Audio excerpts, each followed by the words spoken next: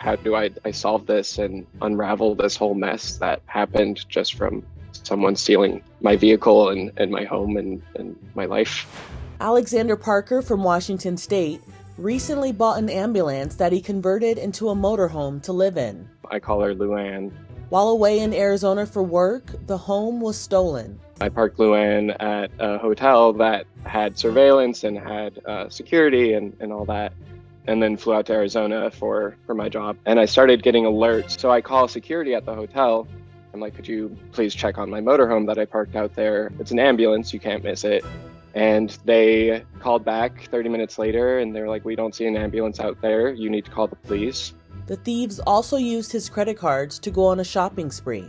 And then I started getting alerts from my bank and my credit cards that a shopping spree was happening. Somebody was shopping at Macy's and JCPenney's and basically going on a mall shopping spree, buying gas for themselves and that sort of thing.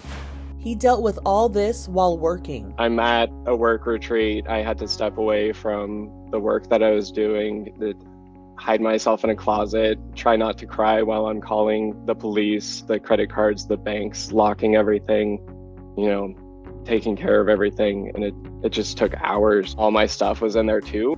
Sadly, Alexander had just gotten the ambulance. I only had Luann for about a month where it was complete with the build and was just getting used to, all the little intricacies, just, kind of getting familiar with her and how she drove. And so I was right at the point where I was ready to do a cross-country trip. I just knew it would be easier and more exciting and interesting than just a regular van.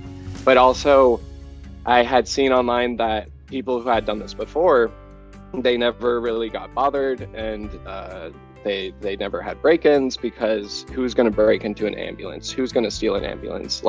That's just bad luck, basically. Alexander says part of the reason he wanted Luann was to make memories with his dog, Doc. Oh, he's such a good dog, and he's the best travel companion ever. Doc is my buddy. I mean, between me, my dog, and my truck, that's my family. I'm sorry, I'm going to cry. I'm going to get back to the Seattle area, and my family's broken. There's a piece of my family missing now.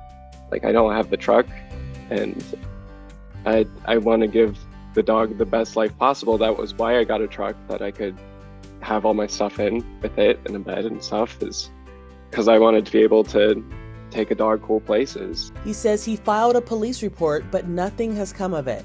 And the police were considering this low priority, as they told me. I have a case number, which helped with insurance. I'm not very hopeful that they're being proactive. I guess they just see it as a vehicle theft, but this is my motorhome, this is my things, this is where I spend the majority of my time. And yeah, it's really frustrating. The only things he has to his name are the items he had on his work trip and some stuff in storage. Now he needs to figure out where to live. I guess I'm gonna be shelling out money for hotels or Airbnbs or something, and hopefully not going into credit card debt, just to take a breath and figure out where to go from here.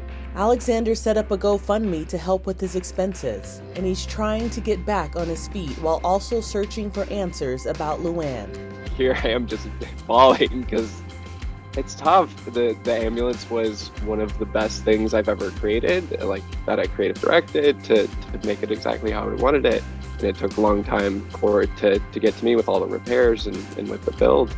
So it's really, it's devastating. It's heartbreaking. For Inside Edition Digital, I'm Andrea Swindall.